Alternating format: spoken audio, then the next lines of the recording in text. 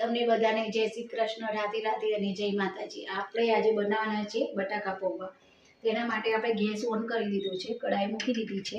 આપણે પહેલાં જીરું અને રાઈ નાખી દઈશું, પછી તેલ નાખીશું, 3-4 ચમચી જેટલું તેલ નાખી દઈશું, એટલે કે 2 પડી જેટલું તેલ નાખી દઈશું। પછી તેમાં કાંદા, આપણે કાંદા બટાકા પૌવા બનાવવાના છે, તો આપણે કાંદા નાખી દઈશું તેમાં।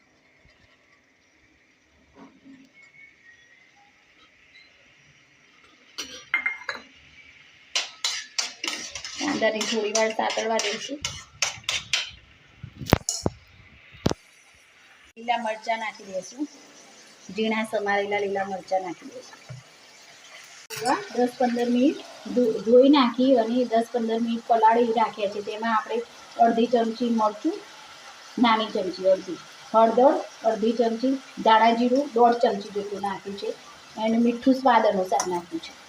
આ મિક્સ કરીને તૈયાર જ રાખ્યું છે। હવે આપણે આ ડુંગળી સાતળી ગઈ છે, તો તેમાં આપણે પૌવા નાખી દઈશું।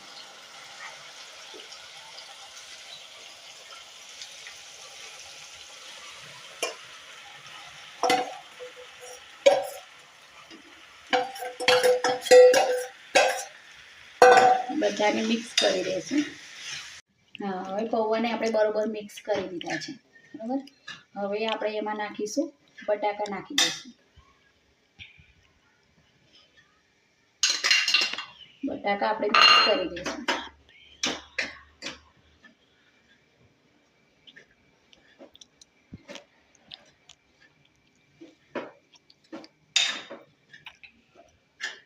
થોડા ટામેટા નાખી દઈશું, તમને જેવા ગમે એવા। વધારે નાખવા હોય તો વધારે, 3-4 ચમચી જેટલા ટામેટા નાખી દીધા છે। આ બધું બરોબર મિક્સ કરી દઈશું।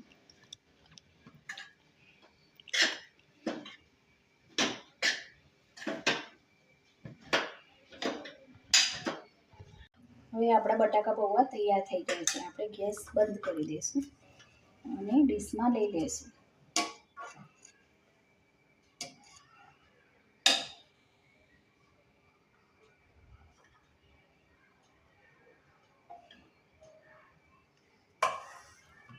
હવે આપણે લીલા ધાણા થોડા ઉપરથી ગાર્નિશ કરશું,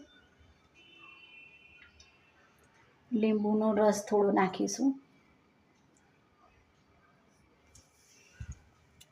મોરી સેવ થોડી નાખીશું ઉપરથી ગાર્નિશ